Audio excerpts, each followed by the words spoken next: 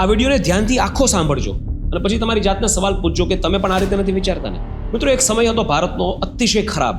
ભારતની ઇકોનોમી ખૂબ જ સ્લો ગ્રોથ રેટ પર ચાલતી હતી. 1 થી 3% ગ્રોથ રેટ ઉપર ભારત 30 વર્ષ રહ્યું આઝાદી પછી. અને આવા ગ્રોથ રેટને એક નામ આપવામાં આવ્યું, હિન્દુ રેટ ઓફ ગ્રોથ. કેમ હિન્દુ? રિલિજનનું આની સાથે શું લેવા દેવા છે?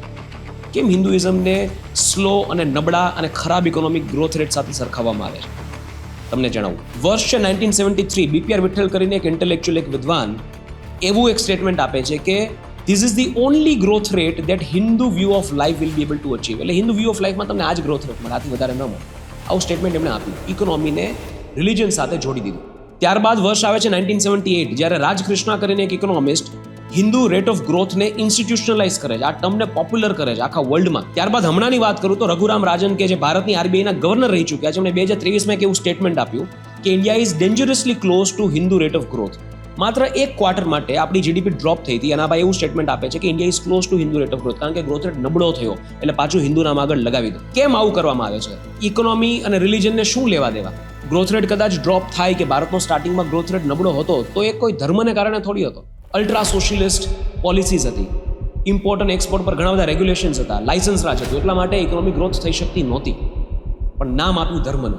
મિત્રો, આ જે મૂળિયા છે 1835માં છે, જ્યારે બ્રિટિશ ગવર્મેન્ટ એવું નક્કી કર્યું કે આપણે ભારતમાં એવી પેઢીઓનું નિર્માણ કરીએ કે જે પોતાના સિવિલાઇઝેશનને, પોતાના હેરિટેજને, પોતાના દેશને, પોતાની જાતને એટલી બધી નબળી માને કે જેટલું કંઈ નબળું અને ખરાબ છે એ બધું આપણું એમને સ્વીકારી લે અને જે કંઈ સારું છે એ બધું બહારનું, એ બધું વેસ્ટનું.